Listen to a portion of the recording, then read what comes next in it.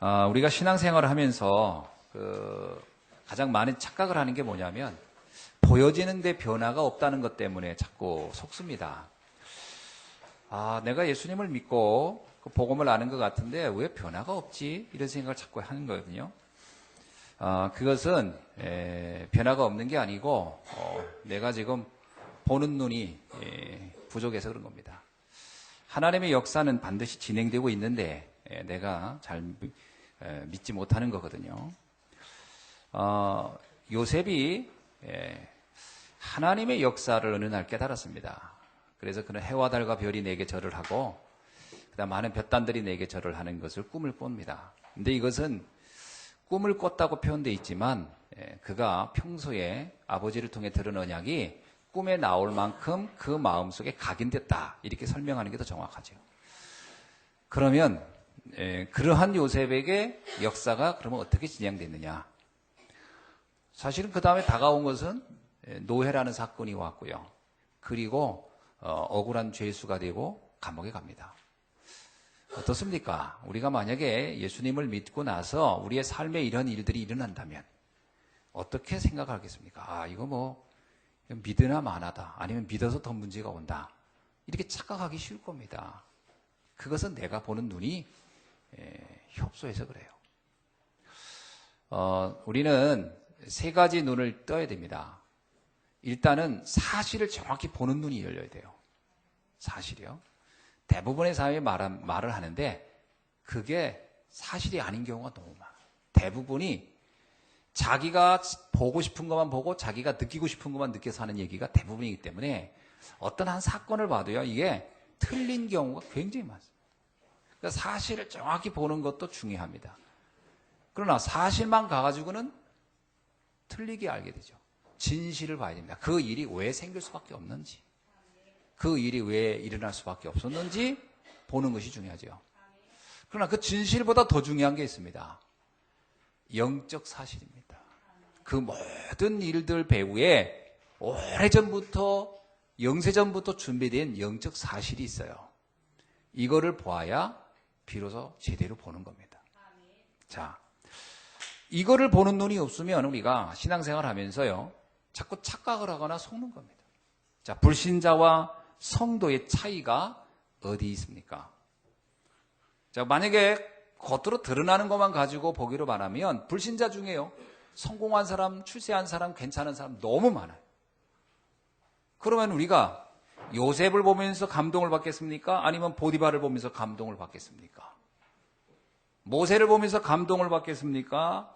바로왕을 보면서 감동을 받겠습니까? 겉으로 드러난 것만 보면 많은 부분을 착각하게 되는 거거든요. 불신자의 본질적 삶을 볼 수 있어야 됩니다. 영적 삶이죠. 이거 겉으로 드러난 것과는 다릅니다. 사무엘상 16장에서도 하나님이 이렇게 얘기합니다. 사람들은, 보통 이게 불신자들이겠죠. 사람들은 외모를 보지만 나 여호와는 중심을 보느니라. 숨겨져 있는 사실을 내가 본다는 거예요. 이게 굉장히 중요한 거거든요. 불신자의 삶의 가장 중심, 핵심적인 부분이 뭐냐? 요한복음 8장 44절에 나옵니다. 너희는 너희 아비 마귀에서 났으니. 이게 굉장한 얘기입니다. 불신자가 아무리 성공했어도 그 내면의 본질은 뭐냐? 마귀의 자녀라는 거예요. 그거는 피할 수 있는 게 아닙니다. 그건 어떻게 바꿀 수 있는 게 아니에요. 그것을 운명이라고 하는 거거든요. 여러분, 북한에 태어난 사람들 어떻습니까? 제가 탈북자 사역을 하니까 탈북자들을 좀 많이 만나거든요. 겉으로 보면요, 정말 굉장히 착해 보이고 굉장히 어때요? 순박해 보여요. 그렇죠? 근데 자기들끼리 싸우는 거 보면 무시무시합니다. 와, 그 수십 년간 각인되어 있는 그 어떤 이 분노가 장난 아니에요. 저 얼굴에 저 말이 나오나 싶을 정도로 기가 막힐 때 많습니다. 그 내면이에요. 그리고 그 사람들이 왜 그렇게 됐습니까? 거기에 태어난 거예요. 자기의 선택 여지 없이.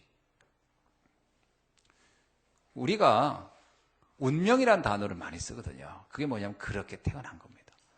불신자를 잘 봐야 돼요. 그래서 에베소서 2장 3절은 뭐라고 얘기하냐? 본질상 진노의 자녀다. 진노를 받을 수밖에 없는, 저주를 받을 수밖에 없는, 고난과 고통과 재앙을 받을 수밖에 없는 신분을 가지고 있다라는 거예요. 이게 믿어져야 됩니다. 불신자를 볼 때 그 눈으로 봐야 돼요. 지금 잘 나가고 있는 그것이 본질이 아니라니까요. 그 내면을 봐야 돼요. 전도서 2장 1절로 11절에서 솔로몬은 이런 고백을 합니다. 나는 세상에 좋다는 걸 다 해봤다.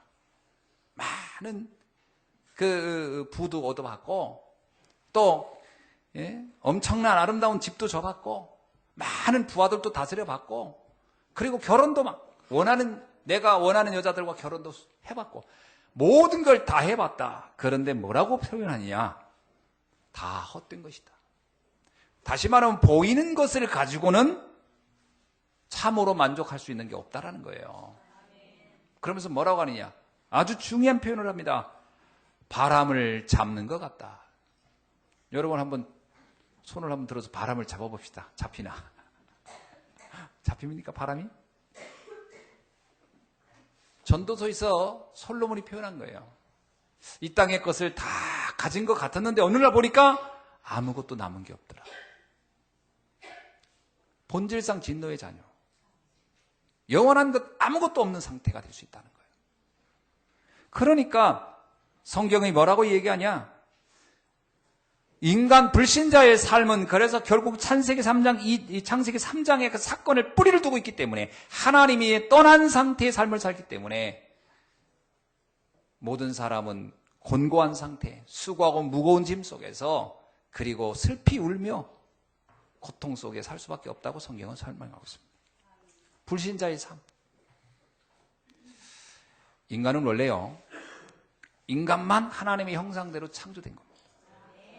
인간만 하나님의 형상대로. 이거는 굉장한 거예요, 여러분. 아무리 그 동물이 뛰어내 보여도 인간이 가지고 있는 그 속성 중에 하나님의 형상이라는 건 갖고 있질 않아요. 그 하나님의 형상을 가졌기 때문에 인간만 반드시 하나님을 만나야만이 인간다운 최고의 단계가 된 겁니다. 인간이 본질적으로 느껴야 할 만족, 행복, 거기서 오는 거거든요. 근데 이것을 모른다는 거예요. 왜냐? 창세기 3장 이후에 인간의 모든 이 형상이 파괴되었다. 하나님의 형상이 파괴되었다. 다른 말로 보면 그 하나님의 형상이 죽어버렸다. 에베소서 2장 1절에 허물과 죄로 죽었던 너희를, 뭐가 죽었다는 얘기죠? 우리의 영적 상태가 죽었다는 거예요. 성경에 보면 내가 너를 살리러 왔다 이런 얘기를 해요. 사망에서 생명으로. 도대체 무슨 사망이란 말이냐? 영적 사망이거든요. 하나님의 형상이라는 그 가장 존엄한, 가장 가치 있고 가장 중요한 그것이 없어져 버렸다는 거예요. 그래서 인간의 삶은 어떻게 한다? 그날로부터 계속 고통과 고난의 길을 걸을 수밖에 없는, 뭘 가져도 허무하고 뭘 소유해도 만족이 없고, 그리고 방황할 수밖에 없고 두려울 수밖에 없고 염려 속에 살 수밖에 없다. 불교에서는 이런 인간의 삶을 가리키잖아요. 고해의 바다다 그래요. 고통의 바다를 사는 거라는 거예요. 글쎄 제가 뭐 다 만나보지는 않았어요. 세상 사람들 뭐 제가 다 만날 수는 없는 거고, 책을 통해서 보거나 책을 통해서는 좀 많이 본 것 같아요. 책을 통해서 여러 형태의 사람을 본 것 같아요. 근데 또 이렇게 직접 전도하는 현장에서 만나고 또 여러분들 만나고 그러면서 느낀 게 뭐냐면, 책을 통해서 느꼈을 때입니다. 참 사람이 고독한 존재구나.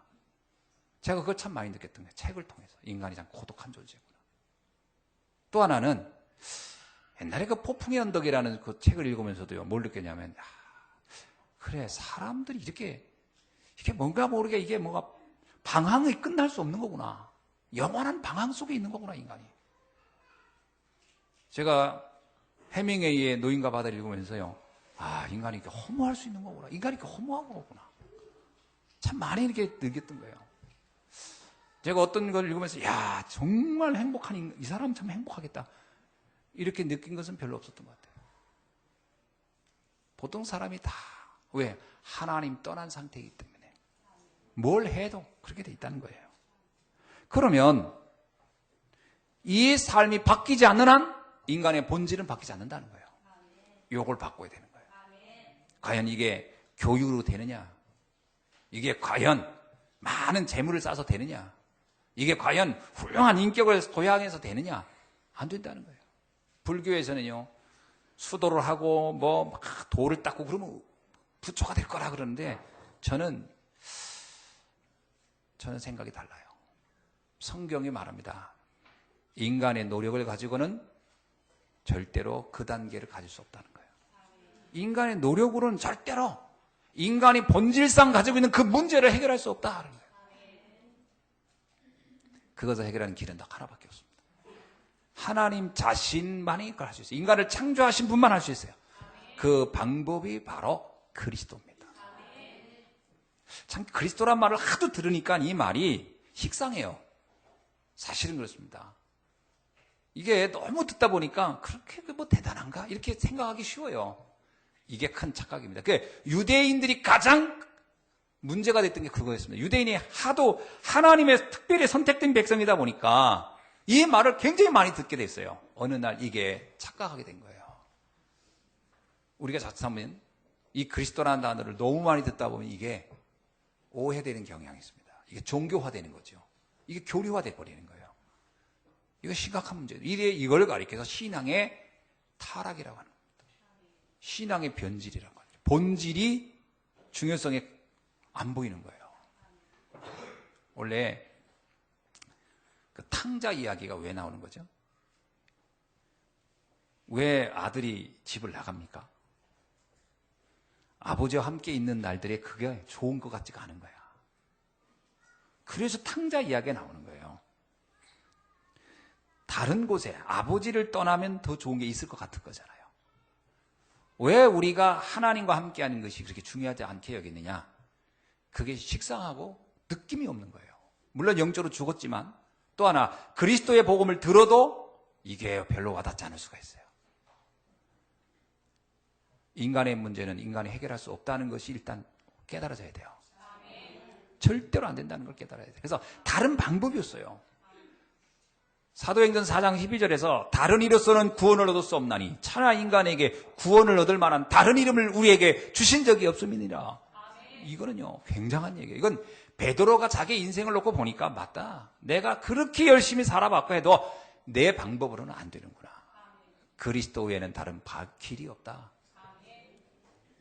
그런데 이것을 우리가 오늘 가슴에 막 팍 꽂히지 않아도 됩니다. 그래, 내 인생 문제가 내 노력은 안 되겠구나. 요것만 좀 인정해도 돼요. 그렇다면 문제에 내가 그럼 이렇게 사는 게 내 인생이냐? 내가 이렇게 고통스럽게 방황하며 근심하며 허무하며 고독하게 살다 가는 게 인생이냐? 분명히 아니지 않겠냐? 이건 내 인생이 아니지 않냐? 그렇다면 이걸 내가 바꿔야 할 거 아니냐? 그럼 어떻게 바꾸냐는 거예요. 성경에 그리스도만이 바꿀 수 있다고 하면 한번 거기에 내가 관심을 가져보는 겁니다. 그래, 그리스도 외에 다른 길이 없다면 내가 한번 그리스도를 내가 한번 내 마음에 구주로 받아들여보자. 영접하는 자 그 이름을 믿는 자들에겐 하나님의 자녀가 되는 권세를 주셨느니라. 우리가 믿을 때 사망에서 생명으로 옮기는 것입니다. 자, 그래서 우리가 성도라고 하는 건 뭡니까? 뭐가 성도죠? 구별됐다는 얘기예요. 성도라는 단어 자체가 거룩한 무리 이런 뜻인데 다른 뜻으로는 구별된 사람들이라는 거예요. 뭐가 구별됐다는 겁니까? 겉으로는 안 보여요. 내면이 구별되어 있는 거예요. 하나님의 자녀가 됐다는 것이요. 하나님이 그의 영혼 속에 성령으로 함께한다는 것이요. 하나님께서 그의 인생을 책임진다는 것이 그게 성도입니다. 고린도후서 5장 17절에는 뭐라고 하냐? 그리스도 안에 있는 자는 새로운 피조물이라. 보라, 내가 새 것이 되었느니라. 제가 그 복음을 처음 딱 알았을 때 그때가 2000년도였어요. 그전에는 내가 교회는 다녔지만 그냥 종교인으로 다녔죠. 목사였지만 그냥 종교인. 뭐 여기저기 좋은 이야기 다 끌어다가 설교하고 막 그랬을 때인데 그러던 어느 날 제가 복음을 알게 된 거예요. 정말 저에게는 참 놀라운 그 은혜였죠. 복음을 알면서 제일 처음에 내 마음속에 이런 생각이 들었어요. 그래, 이거밖에는 없겠구나. 근데 내가 이걸 왜 이렇게 몰랐지? 이런 생각을 일단 했고요. 또 하나는 예수님을 내 마음에 영접을 한다라는 것도 사실은 잘 이해가 안 됐던 시대예요. 오랫동안 그걸 무슨 뜻인지 잘 모르고 있었다가 이렇게 영접하는 거구나. 그래서 그분을 내 마음에 이렇게 영접을 했습니다. 그리고 나서 좀 생각나는 게 뭐냐면 내 인생을 하나님이 이제 인도하겠구나. 주인이 바뀐 것 같은 느낌이 드는 거예요. 내가 내 인생을 이끌어가는 게 아니라 하나님이 내 인생을 이끌어가겠구나.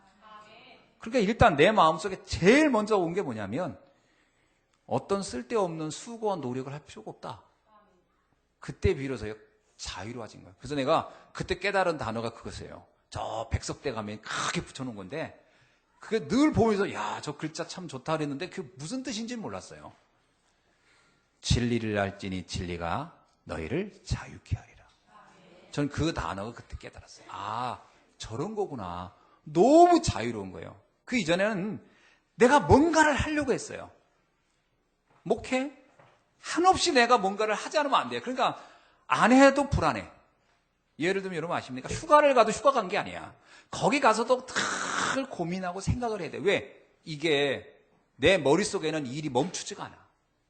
왜? 내가 뭔가를 해야 되는 거야. 안 하면 불안한 거야. 쉬는 게 아니니까. 여러분 이게 나는 그 생각을 해요. 휴가 가잖아요. 사람들이 막 이제 여름에 되면 저 사람도 휴가가 될까? 난 솔직히 그런 생각을 해요. 회사 일은 막 정신없지. 집안일들 뭐 있지 뭐 이렇게 있는데 휴가가 될까? 몸만 가 있지 마음은 안 가 있잖아요. 거의 대부분 그렇게. 왜? 옛날에 내가 그랬어요. 얼마나 웃긴지 아냐. 해외여행 가잖아요. 해외여행 가서도요. 해외 나가서도 나만 그런 게 아니고요. 구경 가지 않는 목사님들 봤어요. 내가.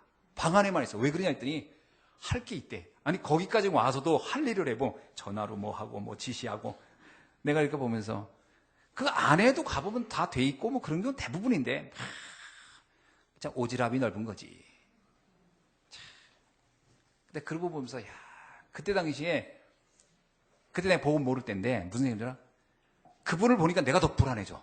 나도 뭔가를 해야 될 것 같은 거야. 자유로워하는 게 없어요. 여러분 자유롭다는 것이 겉이 자유롭다고 자유로운 겁니다. 내 마음이 자유롭지가 않은데 주인이 바뀌어야 자유로워지는 거예요. 주인이 바뀌어져야 돼요. 내 인생의 책임자가 내가 아니라는 게 믿어져야 돼요. 간혹 그런 때 있잖아요. 어떤 걸 내가 총괄 다 책임을 나보고 지라고 할 때는 굉장히 좀 어떤 뭔가 자부심도 있지만 불안감도 있습니다. 이거 내 선택 잘못하면 밑에 있는 사람들이 다 문제가 되니까. 그런데 어떤 때가 제일 편하죠? 내 모든 것 사람이 다 알아서 이끌어 가줄 때. 특히 여행 갈 때 그렇잖아요. 만약에 나보고 여행을 다 나보고 가이드 하라 그러면 복잡해질 거예요. 뭐 식사도 알아봐야 되고 뭐 알아봐야. 근데 내가 가이드 누가 하는 사람이 내 스케줄 다 가지고 나는 아무 생각 없이 일어나서 눈만 뜨고 쫓아만 가면 다 되어지면 편하잖아요. 하나님이 내 인생을 이끌어갈 때 우리는 자유함을 느끼게 되는 거거든요. 근데 이 주인을 바꾼다는 게 쉬운 게 아니에요. 평생을 내 노력으로 살아왔기 때문에 이걸 바꾸는 게 쉽지가 않습니다. 진짜 그리스도가 믿어지는 순간 성경에서 말하거든요. 주님이 내 마음의 주인이 되는 순간부터 내 인생을 주께서 책임지겠다고요. 이게 믿어져야 되거든요. 그게 새로운 피조물입니다. 뭐 다시 태어난다고 해서 이 얼굴이 다른 얼굴로 나옵니까? 물론 얼굴이 좀 더 자유롭고 좀 편안해진 건 있겠지요. 그러나 본질 내면이 바뀌는 겁니다. 고린도전서 2장 12절에 뭐라고 하냐면 너희는 세상의 영을 받지 아니하고 오직 하나님께로 온 영을 받은 자니. 굉장합니다. 여러분이 성령이 보입니까? 보이지 않습니다. 성령이 느껴집니까? 사실 느껴지는 것도 아닙니다. 성령이 체험됩니까? 어떤 면에서 체험되는 것도 아닙니다. 그런데 표현은 체현이라는 단어를 쓸 때 그것은 어떤 오감을 가지고 체험한다는 게 아니고요. 이거는 성령께서 이끄는 일이 아니고서는 이렇게 될 수가 없구나 라고 하는 내가 그거에 대한 인식인 거죠. 이건 성령께서 하시는 거구나. 뭐 그분이 뭐 소리를 들려줍니까? 무슨 뭐 내 몸을 싹 스쳐주십니까? 그런 게 아니에요. 이거는 하나님께서 하신 일이 아니고서는 설명할 수 없는 거구나. 저는 제 인생을 쭉 놓고 보면 그런 고백을 참 많이 하게 돼요. 이거는 내가 뭘 한 것이 아닌데 되어졌구나. 이게 되어지는 거구나. 제가 이번에 남서울대에 가서 전도한 이야기도 한번 들려드리지 않았습니까? 제가 가기 전에 사도행전 13장 말씀을 제가 마음에 묵상하고 갔어요. 그 총독, 총독이 그 무당, 박수무당한테 완전히 장악되어서 있다가 이제 그가 바울의 말을 듣고 그의 이제 하나님의 말씀을 듣기 시작하면서 이제 변화되는 이야기 아닙니까? 제가 그 메시지를 들으면서 유력한 사람이 주의 말씀을 듣기를 원하는 사람이 있겠구나.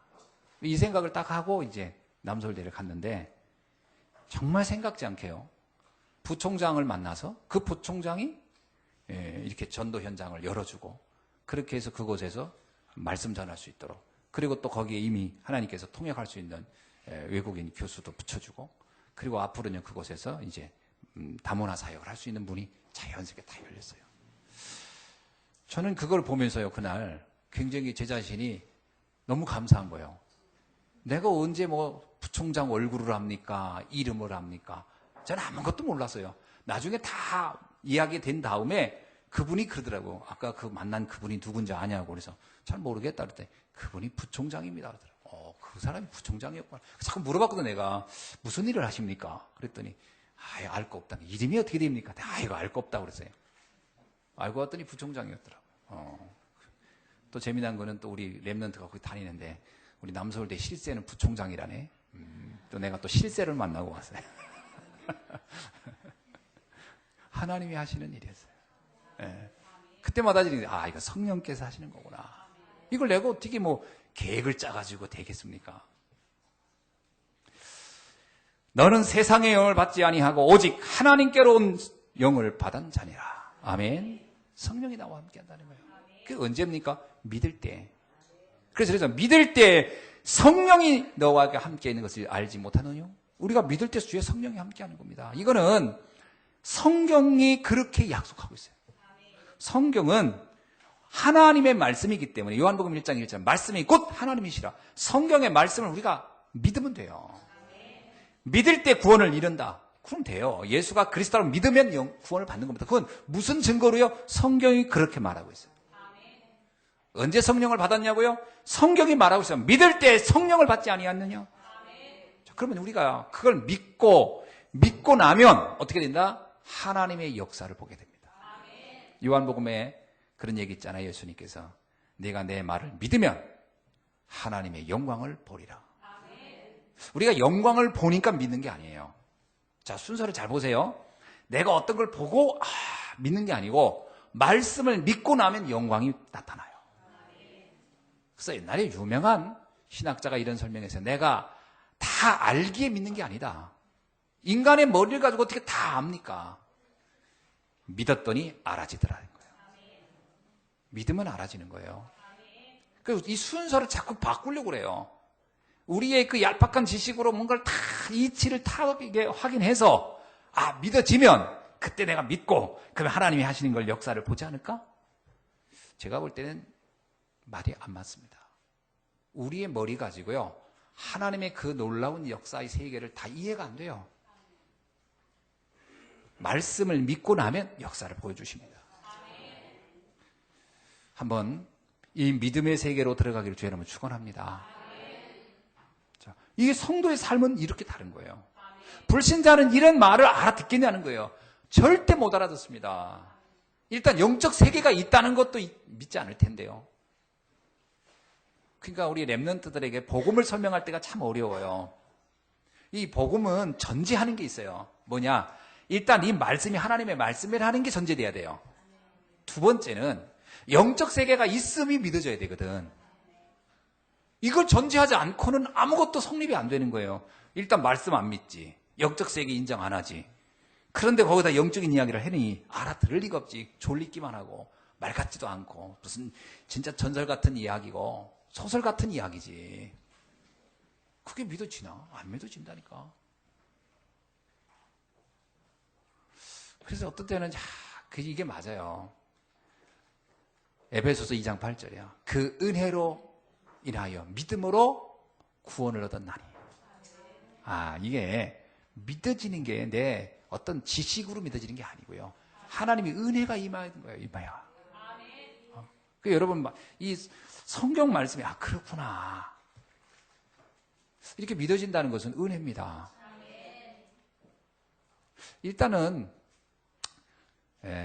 그거보다 더 전제되는 게 하나 있어요. 아까도 얘기했지만 내가 나 자신을 볼 줄 알아야 돼요. 근데 사람들이 자기를 보는 게 어려워요. 남은 나를 잘 보거든. 의외로 남은 나를 잘 봐요. 너는 성격은 이런 것 같고 너 스타일은 이런 것 같고 너는 이런 것 같다. 이렇게 보면 의외로 그랬니? 이렇게 할 때가 많아요. 왜? 나는 내가 안 그런 것 같거든. 내가 안 그런 것 같거든. 어떤 사람은 자기가 굉장히 이렇게 막 성격이 되게 좋은 줄 아는 사람도 있어요. 남들이 보면 너 성격 되게 이상해? 이렇게 하면 그랬냐? 그러는 거예요. 자기가 자기를 잘 안 보여지거든요. 근데 영적인 세계를 이해하려면 자기가 자기를 볼 수 있어야 돼요. 그 중에 뭐를 봐야 되냐? 성격을 보는 게 아니고요. 나의 한계를 볼 수 있어야 돼요. 나의 한계. 내 힘으로, 내 노력으로, 내 어떤 것으로도 내 안에 있는 이 불행을 해결할 수 없구나. 일단 이게 깨달아져야 돼요. 이게 안 깨달아지는 사람을 가리켜서 성경이 뭐라고 하냐? 교만하다는 거예요. 여러분, 교만하다는 말이 뭔지 알아요? 막 잘난 척 하는 겁니까? 아니에요. 그건 좋게 말하면 자부심 있는 거예요. 자기 자부심도 있고 자존심도 있고 그럴 수 있습니다. 근데 뭐가 교만이냐? 교만이라는 단어가 뭐냐면요. 자기의 한계를 인정하지 않는 겁니다. 나는 내가 부족한 게 없어. 그 사람이 가장 교만한 거예요. 하나님은 누구를 필요로 하죠? 자신의 한계가 있음을 인정하는 사람에게 하나님이 개입하기 시작합니다. 그래서 성경에 이렇게 나오잖아요. 병자가 내가 병이 든 줄 알아야 의사를 찾아가서 도움을 청하지 않겠느냐. 근데 내가 병든 걸 얻는데도 병든 걸 몰라. 그걸 인정하지 않아. 그러면 어떻게 내가 의사를 찾아가겠느냐. 하나님에 대한 필요성을 느끼지를 않기 때문에 하나님과 내가 만남이 형성이 안 돼요. 그래서 제가 이렇게 만나가지고 복음을 전할 때 그 부분을 좀 건드려주고 싶을 때가 많죠. 정말 지금까지 살아온 분들이 행복하십니까? 만약에 이렇게 산다면 계속 이렇게 산다면 인생이 어떻게 되겠습니까? 그 인생대로 살기를 원하십니까? 뭐 이런 질문을 간혹 하죠. 대부분 사람들이 이렇게 살고 싶지 않다고 그래요. 좀 인생을 바꿨으면 좋겠다고 그래요. 그 자체가 이미 내가 한계가 있다는 거잖아요. 다행인 거죠. 그게 다행스러운 겁니다. 내 인생이 이렇게 살면 안 되겠다라고 하는 걸 발견한다는 건 다행스러운 거예요. 그러면요, 참 속으로 그럽니다. 참 이 사람은 좀 되겠구나. 근데 어떤 사람이래요? 지금까지 살아온 거 어떻습니까? 그럼 참 만족스럽습니다. 앞으로 이렇게 살면 어떻게 행복할 것 같습니다. 어떻게 접근이 안 돼요? 제가 필리핀 가가지고 오래전에 캠프를 하는데 저 얘기 안 했나요? 대나무로 지은 집인데 필리핀 그런 집이 많잖아요. 가서 복음을 전하러 들어갔는데요. 앉아서 이렇게 할머니하고 할머니, 할아버지, 할머니가 두 분이고 할아버지 한 분인데 이렇게 같이 있어서 메시지를 하는데 자꾸 뭔가 가루가 쏟아지는 거예요. 이렇게 얘기하고 있으면 막 손등에도 가루가 있고 막 그러고 이게 뭐지? 그랬더니 알고 봤더니요. 붉은 개미가 그 집을 지금 막 이렇게 갉아먹고 있는 거예요. 그 대나무로 지은 집인데. 진짜 나는 그 막 쏟아지고 있으니까 무섭더라고. 이러다가 확 무너지지 않겠나 싶더라고. 그 가루가 쏟아지는 게 얼마나 그 집안의 그 위생 상태나 이런 게 얼마나 안 좋겠어요. 근데 제가 그 할머니한테 그랬거든요. 할머니, 인간은 하나님을 만나 행복합니다. 그랬더니 이분이 하는 얘기가 저는 지금 행복해요. 할 말이 없다. 그다음부터 딱 막히더라고. 지금 이대로 사시면 행복하겠습니까? 그럼요. 너무 행복하다는 거죠.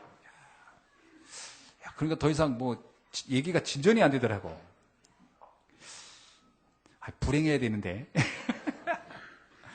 제가 그 순간 무슨 생각이냐면, 이걸 자기를 깨닫고 자기를 본다는 것도 하나님의 은혜구나. 은혜겠구나. 일단 거기서 제가 복음은 다 전했습니다만은 결국 받아들이지는 않더라고요. 그러니까 복음이 필요하지 않다는 거예요. 그럴 수도 있겠다.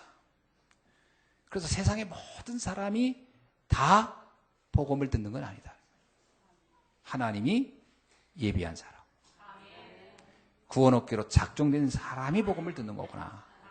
그러니까 어떤 경우는요, 굉장히 생활이 부유하고 여유가 있어도 복음을 전하면, 맞다, 나는 복음이 필요합니다.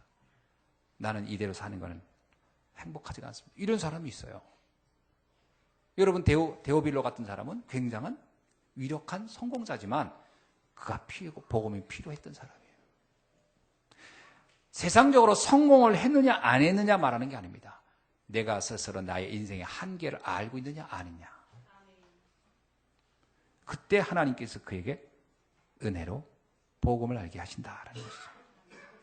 그래서 로마서 8장 2절에 보니까 그리스도 예수 안에 있는 자는 생명의 성령의 법이 죄와 사망의 법에서 너를 해방하였습니다.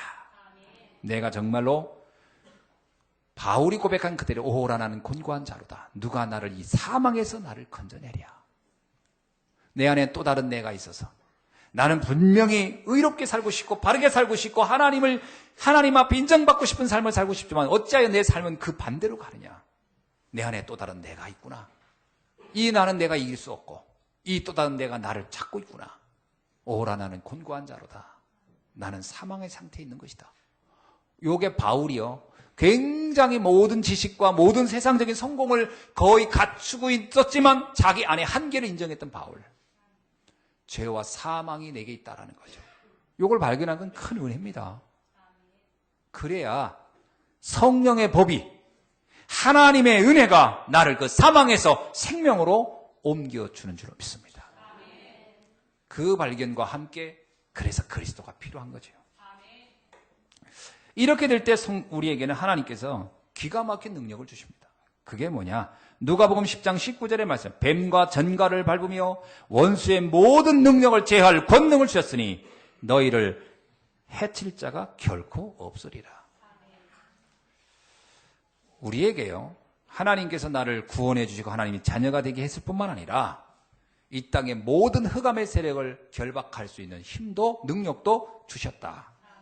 이것이 하나님의 자녀가 갖는 특권 중에 특권인 줄 믿습니다. 결국 불신자와 성도의 근본적 차이는 뭘까요? 근본적 차이는 은혜 안에 있느냐 은혜 밖에 있느냐입니다. 하나님의 은혜를 받아 믿음으로 구원에 이른 사람인가 아니면 구원을 받지 못한 사람인가의 차이. 이건 겉으로 드러난 것과는 전혀 다른 세계입니다. 오늘 이 분명한 영적 차이가 느껴지고 누려지는 여러분 되길 주의 이름으로 축원합니다. 그래서 에베소서 2장 1절에 보니까 우리는 허물과 죄로 죽었다가 살아났다. 이 생명이 내게 있으니까요. 요게 믿어지는 은혜가 있기를 바랍니다. 자, 그러는 중에 오늘 본문의 말씀을 한번 살펴보려고 합니다. 이런 분명한 차이를 가졌던 사람 누굴까요? 모세입니다. 모세는 분명히 그는 인생으로 말하면 사람으로 말하면 실패자예요. 뭐 아무것도 가진 것도 없고 말 그대로 떠돌이 도망자 거기다 나이도 많은 노인네에 불과했는데 그러나 그 모세의 삶은 전혀 달랐습니다. 그 모세는 하나님 앞에 가장 귀하게 쓰임받는 사람이 되었죠. 그러는 중에 오늘 본문을 통해서 한번 봅시다. 하나님께서는 모세에게 굉장한 사명을 줍니다. 그것은 이스라엘 백성을 해방하라는 사명이죠. 오늘 20절 한번 봅시다. 여호와께서 모세에게 이르시되 아침에 일찍이 일어나 바로 앞에 서라. 그가 물 있는 곳으로 나오리니 그에게 이르기를 여호와께서 이와 같이 말씀하시기를 내 백성을 보내라. 그러면 그들이 나를 섬길 것이니라. 아멘. 하나님의 관심이 어디 있느냐라는 겁니다. 이제 모세가 이 말을 들을 때 전에는 그랬어요. 모세가 바로왕이 보내겠습니까? 그랬거든요. 근데 이제는 모세는 바로왕이 보내겠습니까? 이런 질문을 절대 안 해요. 왜냐? 하나님의 관심과 하나님의 계획은 반드시 된다는 걸 믿어요. 여러분, 하나님은 창조자이고 전능자시기 때문에 하나님 자신이 가지고 있는 계획은 절대적 목표거든요. 이 목표는 인간의 어떤 방해가 한다고 해서 좌절되거나 물러서지 않습니다. 그래서 저번에 얘기했잖아요. 이사야서 22장 22절. 열면 닫을 자고 닫으면 열 자가 없느니라. 하나님의 능력이 그런 거예요. 모세가 그걸 아는 겁니다. 하나님이 하시면 된다는 거예요. 근데 그 하나님의 관심이 뭐냐? 내 백성을 보내라는 거예요. 내 백성을 보내라는 말이 뭡니까? 재앙과 저주에서 내가 해방시키는 것이 하나님의 목적이라는 거예요. 하나님은 우리의 삶이 행복한 상태에서 살기를 바라는 줄로 믿습니다. 그래서 히브리서 6장 14절에 뭐라고 말씀하죠? 내가 반드시 너에게 복주고 복주며 너희를 번성하게 하며 번성하게 하리라. 하나님은 하나님의 자녀가 저주와 고난 가운데 있는 것을 원치 않습니다. 그래서 하나님은 출애굽이라는 계획을 준비하고 있는 거예요. 하나님은 왜 창세기 3장 문제로 사단에게 잡혀있는 백성에게 여자의 후손 그리스도를 약속합니까? 그건 하나님의 처음부터 가졌던 관심이에요. 우리가 사단에게 잡혀 고통당하는 게 하나님 뜻이 절대 아니라는 거죠. 우리는 행복해야 될 이유가 있는 사람이에요. 행복할 자격이 있는 사람이에요. 왜냐? 하나님의 자녀이기 때문에요. 그래서 에레미야서 29장 11절에 뭐라고 얘기합니까? 여호와의 말씀이니라 너희를 향한 나의 생각을 내가 하나니 평안이요 재앙이 아니니라. 너희에게 미래와 희망을 주는 것이니라. 이게 하나님의 관심이라는 거예요.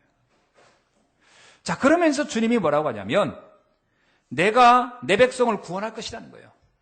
그러면서 두 번째 메시지를 줍니다. 뭐냐면 그들이 나를 섬길 것이니라. 이거는 뭐냐면 구원의 축복을 누리게 할 것이다. 우리가 여기서 본문에서 그들이 나를 섬길 것이다 하는 얘기는 단순히 예배를 말하는 게 아닙니다. 단순한 예배. 그러니까 예배를 좀 잘 이해하세요. 교회 와서 그냥 앉아서 그냥 예배 드리고 하는 이거 정도를 말하는 게 아니고요. 진정한 감사, 진정한 행복을 누리는 것을 원한다는 거예요. 요한복음 4장 23절에 보니까 예수님이 어느 날 사마리아 수가성을 간 적이 있었습니다. 근데 그날 아주 더운 날에 한 여자가 와서 사마리아 여자가 와서 물을 깃는 상황에서 그 여자하고 만나서 대화하는 얘기가 나와요. 근데 그 여자가 뭐라고 얘기를 하냐면 예수님이 너는 결혼을 5번을 했구나 이렇게 나와요. 참 거기에 보면 결혼 5번 한 이야기가 왜 나오냐? 그 얘기는 다른 게 아닙니다. 이 여자가 나름대로 지금 인생이 방황하고 있다는 걸 설명하는 거거든요. 뭐 여자들이 보통 이런 얘기 하잖아요. 결혼을 왜 합니까? 우리나라 사람들 팔자 고치려고 한다고 하는 얘기 많이 하잖아요. 내 운명 바꾸려고 결혼한다는 얘기 많이 하잖아요. 행복해지려고 결혼해요.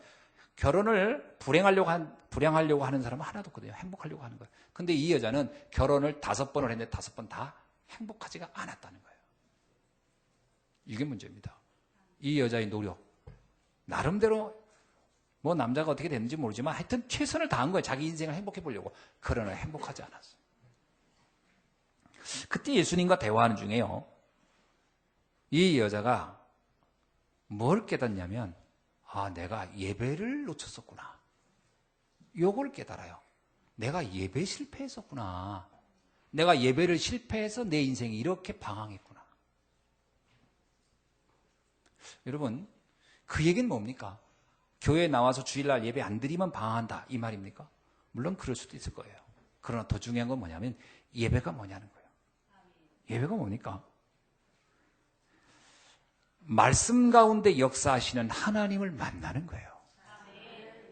그죠? 예배는 단순히 와서 찬송가 부르고 성경책 읽고 설교를 듣는 게 아니고요. 말씀 가운데 역사하시는 하나님을 만나는 겁니다. 그게 예배예요. 그러면 이 여자가 뭐가 안 된 거예요? 하나님과의 만남이 안 되는 거예요. 그럼 이 사마리아 여자도 거기 나오잖아요. 자기도 예배를 드렸느라고. 예배를 드렸다는 거예요. 그러니까 종교 생활을 한 거예요. 그러나 한 번도 하나님을 말씀 가운데 역사하시는 하나님을 만나 본 적이 없었다는 거예요. 우리가 자칫 잘못하면요. 교회를 다니면서 예배를 드립니다. 그런데 예배 행위만 하지 말씀 가운데 역사하시는 하나님을 만나지 못하는 사람들이 너무 많아요. 이게 문제입니다. 그래서 인생이 방황하는 거예요. 뭘 해도 안 되는 거예요. 그래서 예수님이 이렇게 얘기합니다. 뭐라고 하죠? 아버지께서 참되게 예배하는 자들을 영광과 진리로 예배할 때가 오나니 곧 이때라. 아버지께서는 자기에게 이렇게 예배하는 자들을 찾으시느니라. 예배를 성공하여 하나님을 만나는 거야. 여러분, 그래서 말씀을 들을 때 아까 우리 장로님도 기도했지만 기록된 메시지는 그러니까 이걸 로고스라고 하거든요. 이거 성경은 로고스라고 하거든요. 이걸 기록된 말씀이에요. 근데 로고스는 아무리 읽어도 이것 자체가 나에게 역사하지 않습니다. 이게 나에게 레마가 돼야 돼요. 썬다싱이라는 분은 너무 인생이 허무하고 방황하다가 어느 날 철길에서 자살하려고 하다가 전도지 한 장이 날라서 자기 눈에 떨어졌어요. 근데 그 내용이 이거예요. 수고하고 무거운 짐진 자들아 다 내게로 오라. 내가 너를 쉬게 하리라. 그 한 구절이 썬다싱 마음에 레마로 꽂혔어요. 내 인생의 방황을 멈출 수 있는 길이 있다는 거구나. 내 수고와 무거운 짐을 내려놓을 수 있는 길이 있구나. 그게 그 인생을 바꿨어요. 그게 하나님을 만나는 거예요. 그 썬다싱이 그렇게 그 말씀을 통해 하나님을 만나지 못했다면 그의 인생은 그날 거기서 죽었을 겁니다. 오늘 우리는 이 만남이 있어야 돼요. 예수님께서 왜 이스라엘 백성이 애굽에서 이렇게 노예로 살았죠? 그들은 다 유대인이었고 그들은 언약의 백성 속에 왔는데요. 그들이 그 이전에도 그들은 예배를 드리긴 드렸어요. 안 드린 게 아닙니다. 그러니까 그의 레위 지파도 있고 그 안에 여러 그 영적 지도자들이 다 있었죠. 문제는 뭐냐면 말씀을 통해 역사하시는 하나님을 그들은 만나본 적이 없는 거예요. 말씀을 통해 역사하시는 하나님을 만나보지 않는 예배를 드린 거예요. 그래서 주님이 말하는 건 내 백성을 보내라. 그들이 나를 섬기게 될 것이다. 나를 만나게 될 거야. 근데 어떻게 만나야 되죠? 피 언약이 이해되어야 만나요. 여러분, 그리스도가 이해 안 되면 첫날 만날 예배를 드려도 예배는 회복이 안 됩니다. 우리가 왜 기도한 뒤에 마지막에 예수님의 이름으로 기도합니다 합니까? 예수 그리스도가 우리의 기도를 성립시키는 유일한 중보자이기 때문에 그래요. 우리가 예배를 드릴 때 예수 그리스도의 이름으로 예배를 드리는 것만이 그 예배가 산 예배가 돼요. 성경에 보면 왜 가인도 예배를 드렸어요? 아벨도 예배를 드렸어요. 그런데 왜 아벨의 예배는 하나님이 받았고 가인의 예배는 받지 않았습니까? 이유는 간단해요. 그들이 정성이 부족해서가 아니에요. 성경은 자꾸 정성을 얘기하고 어떤 사람은 성경은 그렇게 얘기하잖아요. 뭐라고 얘기하는지 아시죠? 히브리서는 뭐냐면 그들의 재물이 말을 한다는 거예요. 더 놀라운 것은 아벨은 피로 제사를 드렸다고 성경은 말하고 있어요. 피 제사입니다. 그리스도의 언약을 가진 예배했다는 거예요. 우리가 정말 하나님과 만남이 되려면 그리스도가 이해돼야 돼요. 그래서 사실 어떤 면에서 설교에 다른 이야기를 아무리 많이 한 것보다도 더 중요한 것은 예수 그리스도가 내 마음의 구주로 믿어지느냐. 이게 가장 중요한 시작입니다. 저는 그거를 우리 성도님들이 좀 오늘 깨닫는 날이 되길 주의 이름으로 축원합니다. 자, 히브리서 12장 24절을 한번 볼까요?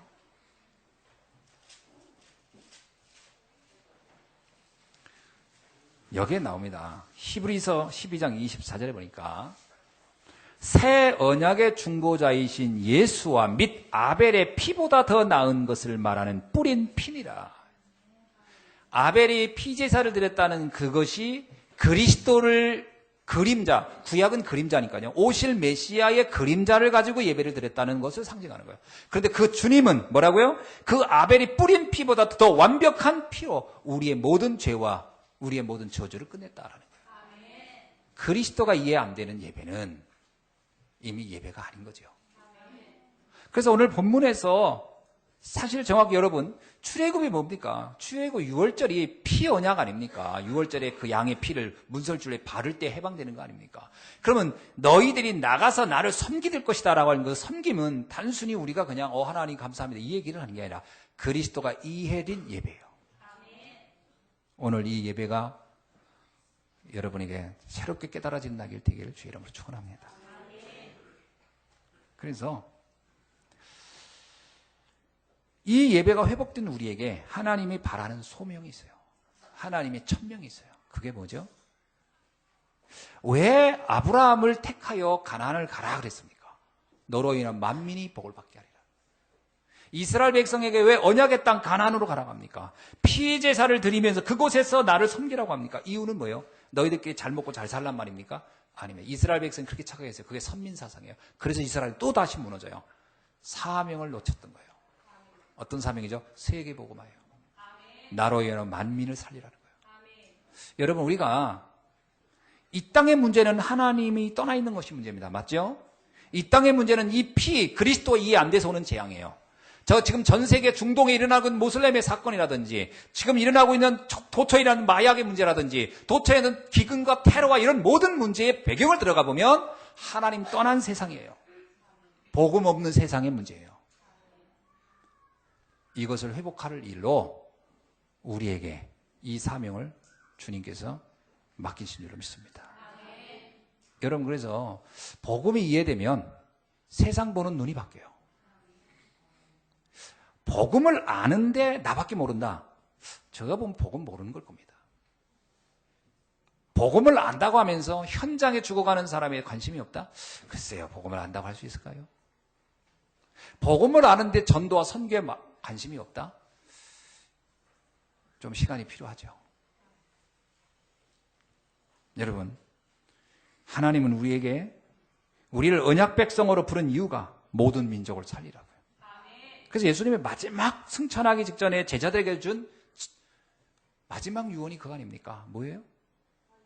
예루살렘, 유다, 사마리아 땅끝까지 이르러 나의 복음의 증인이 되라. 마태복음 28장에서 돼요. 너희들은 만민에게 가서 모든 민족에게 제자를 삼아 아버지와 아들과 성령으로 세례를 주고 그들을 지키게 해서 또 다른 제자를 섬기는 일을 하게 하라. 전도가, 선교가 생명 살리는 일이 하나님이 우리에게 준 마지막 미션인 줄 믿습니다. 사실 이스라엘 백성은 이것 때문에 그들을 하나님은 출애굽시키려고 하는 거예요. 출애굽시켜서 가나안 가서 잘 먹고 잘 살게 만들려는 목적이 있는 게 아니고 그들로 하여금 그 비밀을 전하는 민족으로 하나님은 쓰시려고 하는 것이다. 이것이 하나님의 절대 사명입니다. 오늘 저와 여러분이 이 사명을 붙잡기를 주님 축원합니다. 저는 우리 교회가 세워진 목적이 이것 때문에 있어야 된다고 하는 거예요. 이걸 하지 않는다면 이 교회는 또 다른 이 시대의 공회에 불과한 거예요. 많은 사람들 교회에 대해서 얼마나 별로 부정적입니까? 제가 그래서 이 십자가도 빨간색으로 안 했어요. 하도 빨간색 싫어해서. 눈이 부시다 하는 둥 그래서 흰색으로 해서 일부러. 왜냐? 우리가 하는 뭐라도 다 반대하니까요. 옛날에는 새벽에 종치도 얼마나 좋아했습니까? 우리나라 새벽에 종치면 사람들 일찍 일어나가지고 일도 나가고. 요즘 종치면요, 바로 항의 들어옵니다. 시끄럽다고. 그런 게 요즘 아무것도 안 해요. 여러분, 그게 중요한 게 아닌데 복음 전하지 않는다면 교회는 존재 이유가 없습니다. 그죠? 생명 살리는 일을 하지 않는다면 존재 이유가 없다고 저는 봅니다. 오늘 본문에 보면 이것을 깨달으라고 주님께서는 애굽에게도 경고하지만 이스라엘 백성에게도 경고하는 게 바로 파리재앙이에요. 자, 애굽 땅에 임한 파리재앙을 한번 봅시다. 자, 21절, 24절에 한번 보시면,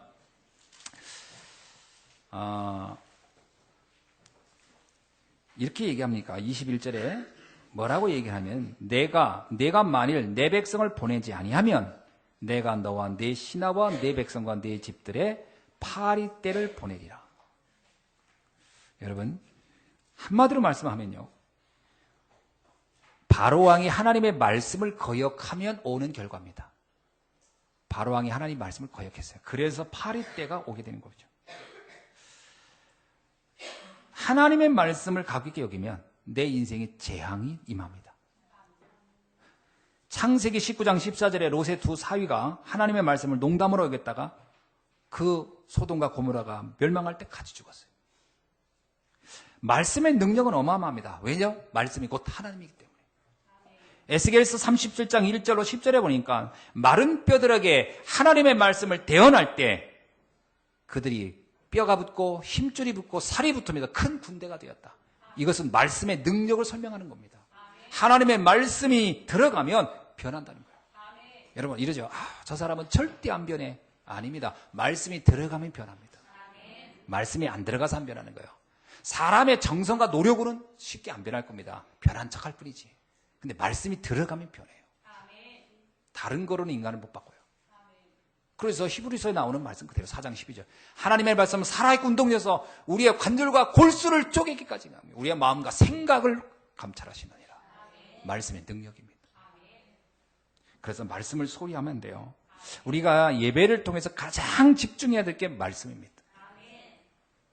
자, 그래서 신명기 6장 4절로 9절에 보니까 부모들에게 어떤 하나님이 명령을 하냐면 네 자녀에게 말씀을 각인시키라는 거예요. 여러분 자녀들에게 말씀을 좀 각인시키기를 바랍니다. 그래서 그거 놓고 좀 집중해 보세요. 자녀들에게 말씀을 좀 전하고. 그래서 오늘 새벽에도 그 얘기했는데 여러분이 가정에서 예배를 예배를 좀 회복하세요. 가정 예배가 말로 이 시대의 문화를 바꾸는 시간표가 될 겁니다. 가정 예배 안 드리면요 문화 정복 안 돼요. 그래서 가정 예배 다 회복하세요. 자, 그래서 바로 왕이 이 말씀을 거부한 결과 애굽 땅에 파리가 가득하게 되죠. 근데 이 파리 때는 우리가 아는 그냥 지파리가 아닙니다. 이게 원래 언어는 아로브라고 하는 단어에서 나왔는데 히브리어인데 이 말의 뜻은 뭐냐면 피를 빠는 자라는 뜻이에요. 피를 빠는 자. 그래서 그 성서학자들이 뭐라고 하냐면 피파리 또는 독파리 뭐 이렇게 얘기하더라고요. 우리나라에는 이런 파리가 흔치는 않은데 쇠파리는 좀 비슷할 겁니다. 근데 쇠파리는 주로 소에게 붙어서 피를 빨아먹는 거죠.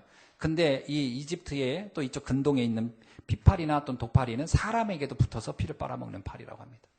그 파리를 말하는 거거든요. 근데 이집트 사람들은요 이렇게 곤충으로 오는 재앙이 많았어요.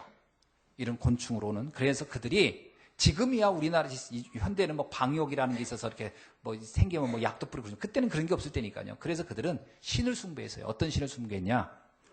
헤트콕이라고 하는 신을 숭배했어요. 헤트콕은 해충으로부터 지켜준다는 거예요. 이런 파리 때로부터 우리를 지켜준다는 거예요. 이게 헤트콕이라는 신이었습니다. 이집트인들이 섬겼던 신이 있었어요. 그래서 그 신의 모양을 파리 모양으로 만들어놨어요. 헤트콕. 곤충의 피해로부터 우리를 막아준다 이렇게 생각했어요. 근데 어떻게 됐습니까? 그들의 기원과는 정반대로 그런 파리떼로 인해서 어떻게 돼요? 그 땅이 어떻게 됐어요? 황폐하게 됐다. 24절에 보세요. 파리로 말미암아 그 땅이 황폐하게 되었더라. 헤트콕을 그렇게 섬겼겠죠. 열심히 믿었겠죠. 그러나 다가온 파리떼도 막지 못했어요. 그게 뭐예요? 그들이 섬기는 우상이 아무런 힘이 없다는 걸 말해주는 거죠. 이 땅의 재앙을 막는 길은 오직 그리스도 외에는 없는 줄로 믿습니다. 자, 지금도 현장에 일어나고 있는 수많은 문제들을 우리가 보면서요. 이 문제를 막는 유일한 길 그리스도를 여러분이 다시 한번 굳게 붙잡기를 주님 축원합니다. 그래서 무당 찾아가서 재앙 해결하려고 하면요.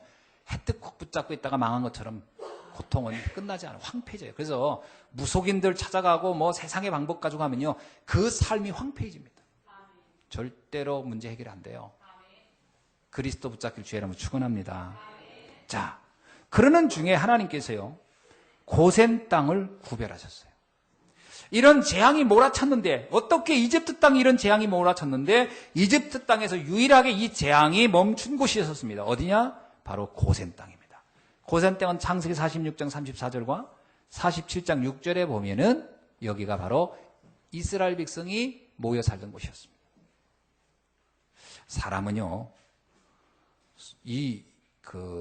소속이 중요합니다. 줄을 잘 서야 돼요. 영적 줄을 잘 서야 돼요. 이스라엘 백성들이 이 줄에 섰으므로 이들에게 재앙이 임하지 않았어요. 여러분, 우리가 이 그리스도의 언약 속에 있기만 하면 하나님께서 재앙을 막아줄 줄 믿습니다. 그래서 요한일서 3장 9절로 10절에 이런 말씀이 있어요. 하나님께로부터 난 자마다 죄를 짓지 아니하나니 이는 하나님의 씨가 그 속에 거함이라. 이로써 하나님의 자녀와 마귀의 자녀가 드러나느니라. 여러분, 우리가 이 언약을 붙잡고 있을 때 생명으로부터 위기로부터 우리를 지켜주는 줄로 믿습니다. 그래서 고센 땅에 일어난 사건은 어떤 일이었죠? 결국 그곳은 이스라엘 백성들을 하나님께서 지키심으로 그들은 그곳에서 안전한 삶을 살 수가 있었어요. 자, 말씀을 맺습니다. 오늘 깨달아야 할 부분이 하나 있는데 뭐냐? 하나님의 자녀의 신분과 권세를 여러분이 잊지 않길 바랍니다. 자, 그러면 하나님의 자녀가 어떻게 됩니까? 그거부터 알아야 되겠죠. 하나님 자녀 되고 싶은데 어떻게 됩니까? 간단해요. 요한복음 1장 12절 영접하는 자 그의 이름을 믿는 자들에게는 하나님의 자녀가 되는 권세를 주셨느니라. 내 마음속에 예수님만 그리스도라고 내가 정말로 인정하고 받아들일 때, 내 인생의 주인으로 받아들일 때, 그때부터 내 인생의 재앙이 멈추게 될 줄로 믿습니다. 이 신분이라는 것은 하나님 자녀가 되는 거죠. 그럼 권세는 뭐죠? 그 자녀에게 준 능력입니다. 그래서 권세는 뭐로 쓸 수 있느냐? 기도를 할 때마다 권세는 나타나는 거예요. 그래서 여러분, 흑암을 결박하는 권세를 사용하는 여러분 되기를 주의 이름으로 축원합니다. 제가 전에 이렇게 전도 현장에서 보면은 이 기도가요, 굉장한 힘이 있다는 걸 볼 수 있어요. 여러분도 꼭 이 기도의 권세를 활용하는 믿음의 사람 되기를 주의 이름으로 축원합니다. 그러면서 주님은 우리에게 천명, 소명, 사명을 알기를 원해요. 천명이 뭡니까? 천명은 간단해요. 그리스도를 알게 한 것이 천명입니다. 하나님이 은혜가 임해서 그 많고 많은 사람들 가운데 내가 예수가 그리스도구나, 2000년 전에 오셨던 그분이 나의 그리스도구나, 이걸 깨달았다는 것은 하나님이 내게 은혜를 준 거네요. 그 천명입니다. 그러면 소명은 뭐예요? 그가 나를 부르셔서 하나님의 나라를 위하여 쓰라고 나를 부르신 거예요. 콜링입니다. 나를 부르신 겁니다. 어떻게 해요? 하나님의 일을 하라고. 그럼 사명은 뭐예요? 지금 내가 가지고 있는, 내가 있는 이 위치입니다. 나의 만남, 나의 교회, 나의 직업, 나의 현장. 여기에서 그 일을 하라는 겁니다. 이것이 사명입니다. 여러분, 교사는 교사가 사명감이 있어야 돼요. 그렇죠? 사명감 없는 교사만큼 불행한 게 없어요. 여러분이 맡고 있는 직업에 대한, 일에 대한 사명감이 있어요. 아, 이거는 하나님이 나를 부르셔서 그걸 하라고 이 일을 주셨구나. 직장도 그냥 돈 버는 곳으로 가면 불행합니다. 하나님이 나를 위하여 천명과 소명을 감당하라고 이 현장에 나를 보내셨구나. 그걸 깨달으셔야 돼요. 그래야 여러분이 거기에서 하나님이 큰 응답을 보게 되는 거예요. 돈 벌기 위해 가면 정말 그건 하나의 노예일 뿐입니다. 그러면서 마지막입니다. 참된 감사로 회복하기를 바랍니다. 뭐 때문에 감사합니까? 허물과 죄로 죽을 수밖에 없었던 나, 이미 영적으로 죽었던 나를 그리스도를 알게 하셔서 그곳에서 나를 생명을 살게 하신 것. 여러분, 구원받은 것이 진정으로 여러분에게 감사가 있어지길 바랍니다. 그래서 보잘것없는 나에게 사람을 살리고 시대를 살리고 미래를 살리는 일을 맡겼구나. 그래서 여러분, 3제자의 응답을 여러분 붙잡기를 바랍니다. 3제자가 뭐죠? 이 시대의 문화를 바꿀 수 있는 교회, 이걸 놓고 나가 헌신하라는 거구나. 이 시대의 후대를 살리는 일, 렘넌트 미니스트리예요. 그 일에 나를 부르셨구나. 그리고 이 시대에 하나님께서 주의 종과 함께 현장에서 생명운동하라고 비밀교회 사단으로 나를 부르셨구나. 로마서 16장의 사람들이 바로 여러분인 거죠. 그래서 오늘은 이 생각을 해요. 로마 16장에 있는 그 사람들이 바로 나와 같은 사람, 내가 그와 같은 응답을 받아야 되겠다. 그래서 이 시대의 로마를 정복하고 살리는 여러분 되기를 주의 이름으로 축원합니다. 기도하겠습니다. 하나님 감사합니다. 오늘 고센 땅을 구별하신 하나님, 하나님의 자녀인 우리를 주께서 구별하시고 선별하여 주셔서 하나님 자녀 되게 하시고, 우리가 사방으로 오개쌈을 당하여 싸우지 아니하며 답답한 일을 당하여도 낙심하지 아니하며 박해를 받아도 버림받지 아니하며 거꾸로 트림을 당하여도 망하지 아니하는 신분을 갖게 하여 주시고, 세상 살리는 전도자로, 이 시대 재앙 막는 전도자로 우리를 불러주시고 세워주심을 감사합니다. 이 일로 인하여 날마다 감사가 넘치게 하시고 구원의 감격 속에서 전도자의 삶을 승리할 수 있도록 역사해 주옵소서. 그리스도 되신 예수님의 이름으로 기도하옵나이다. 아멘.